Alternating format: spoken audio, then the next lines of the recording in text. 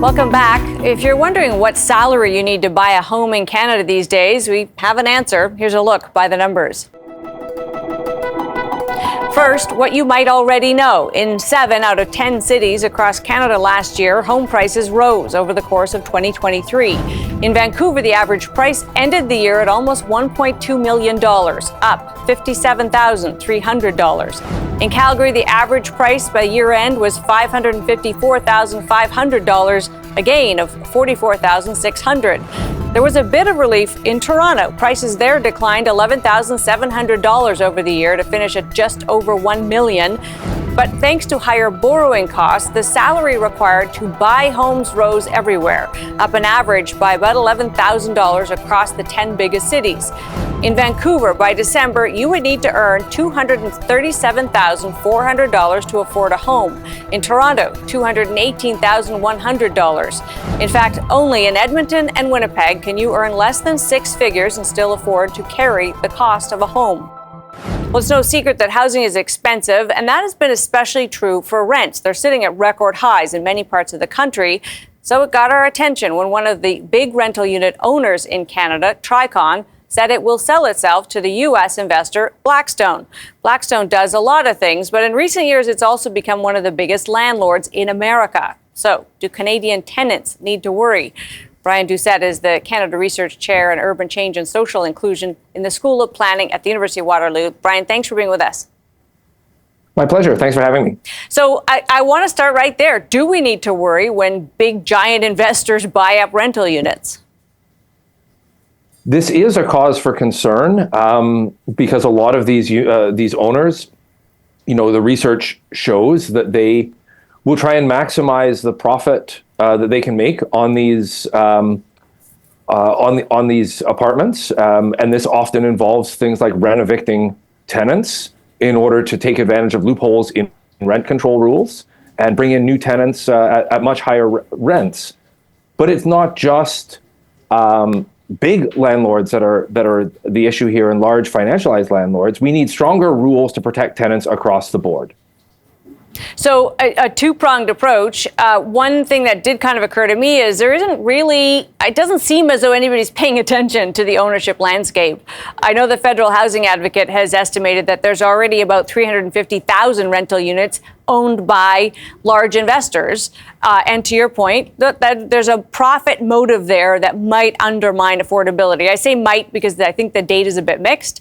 But should there be somebody monitoring this and maybe limiting the amount of rental market space taken up by this kind of investor?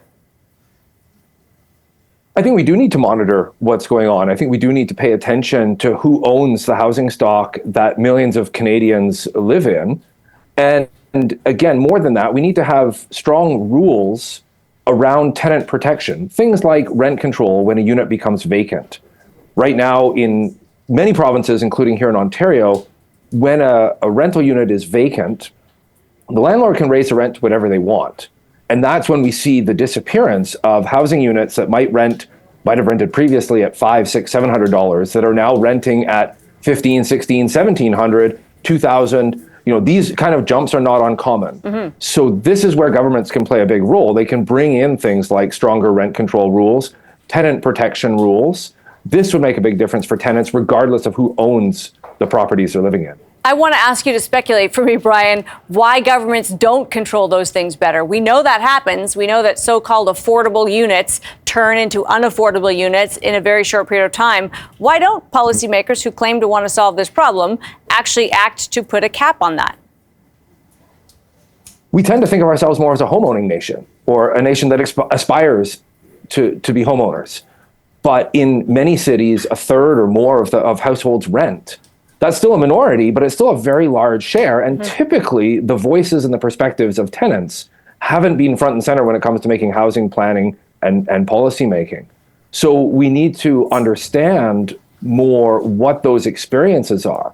A lot of experiences that tenants have, for example, don't show up in statistics. A lot of the evictions that we hear about actually are never visible in statistics. They're informal or semi-formal tactics by landlords in order to get tenants out so they can raise the rent for new tenants coming in.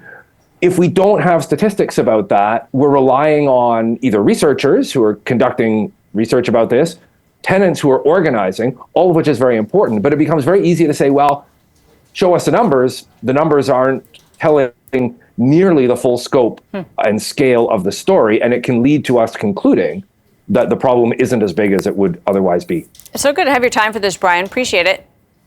My pleasure. Thank you. Brian Doucet is the Canada Research Chair in Urban Change and Social Inclusion in the School of Planning at the University of Waterloo.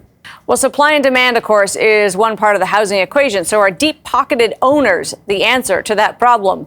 Mike Moffatt is the Senior Director of Policy and Innovation at the Smart Prosperity Institute. Mike, thanks for being with us. No, thank you for having me. So is it good news when a big player like Blackstone invests in the Canadian real estate market in the sense that there's a lot of money there and we might get some more investment? Yeah, absolutely. That we need housing construction. And to put it into context, the CMHC says that we need 3.5 million additional homes by now in 2030. You do the math on that, that's going to cost us anywhere between 1.5 and $2 trillion. So that's a whole lot of capital. So the more capital that we can get into Canada, the better. There is this concern that kind of corporate owners of rental units may not have the same sort of motivations, and it's harder to protect the affordable part of the rental market if we allow these sort of big corporate investor owners. Do you share those concerns? Well, I think we need rental stock, and I don't think necessarily that a big corporate owner is any more or less responsible than a mom and pop investor. I think we need to make sure that we have laws in place to protect tenants. I think we need to make sure that our boards that protect tenants, are able to hear those cases quickly and that kind of thing. But I don't think there's necessarily anything about the size of a particular investor that really makes that much of a difference, so long as we don't have the situation where one specific company is dominating a market. So one thing that we know has been happening is this big U.S. investor, Blackstone, has been buying private properties, both single detached homes and rental properties across America. This is their first big foray into this part of the market in Canada.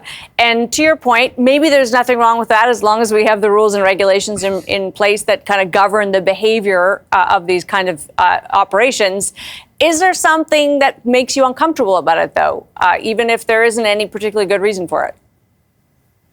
Not particularly, no. I do think that there is problems. We do have problems with investors, buying up single-family homes and doing things like turning them into student rentals. But I think the way that we deal with that situation is like the moves that we saw recently with the federal government putting a cap on international student visas, so affecting the supply side and creating rules to get more buildings built, like removing the GST, HST on purpose-built rentals. So I think those are the kinds of solutions we should be looking at. And again, not really making this idea that, a big corporation is necessarily a better or worse landlord than a smaller one. We have not seen the housing starts that you would hope to see in order to kind of catch up to and even get in front of our problem here. Are you surprised by that? The data from last year are a bit disappointing. No, it's what we expected. It's certainly disappointing, but we knew that economic conditions were not acting in our favor. That higher interest rates, that's higher costs for builders and developers, and that's also going to tamp down demand. So, although we've had some very positive policy changes, we know it's going to take time for those to go through the system, and global economic conditions are still going to play a role. Mike, so good to have you. Appreciate your time.